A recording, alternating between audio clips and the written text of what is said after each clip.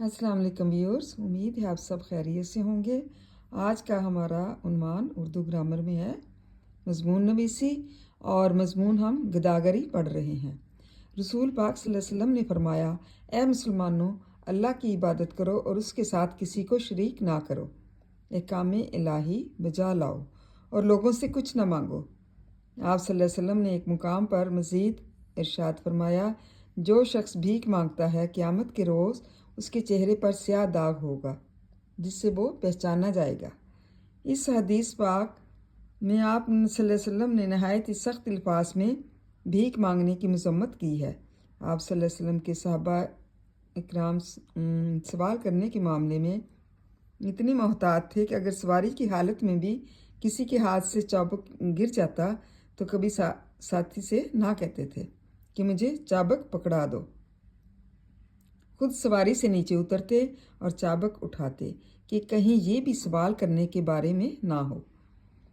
मतलब इस कदर एहतियात की जाती थी। रसूल अकरम सल्लल्लाहु अलैहि वसल्लम ने फरमाया कि या मुसलमानों, सिर्फ अल्लाह की इबादत करो और उसके साथ किसी को भी शरीक ना ठहराओ। मतलब जो हम शिरक करते हैं, यह भी बहुत बड़ा गुनाह है और इसकी कोई बख्शिश नहीं है।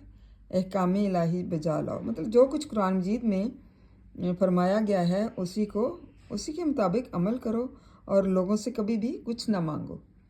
आप सल्लल्लाहु अलैहि वसल्लम ने एक मुकाम पर मज़ीद इरशाद फरमाया, मज़ीद आपने हुक्म फरमाया, जो शख्स भीख मांगता है, मतलब जो शख्स भीख मांगता है उसका चेहरा जो है वो स्याह होगा, मतलब स्याह दाग होगा कि जिससे वो पहचाना जाएगा कि वो दुनिया में भीख मांगता रहा है।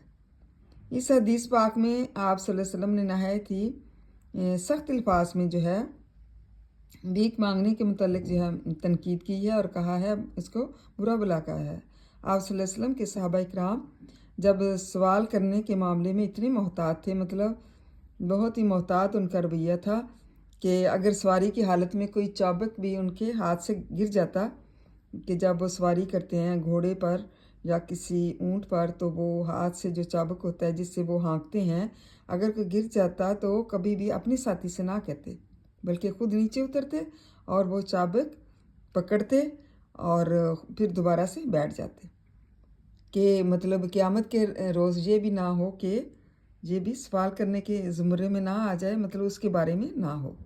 बहुत ज़्यादा एहतियात करते थे। उम्मीद है आपको गदागरी के मज़मून की समझ आ रही होगी कि जो इतने ये बड़ा मज़मून है और इसको बड़े जो है जामे अल्फाज में लिखा गया है। थैंक यू एंड जज़ाकल्लाह खैर तलबा।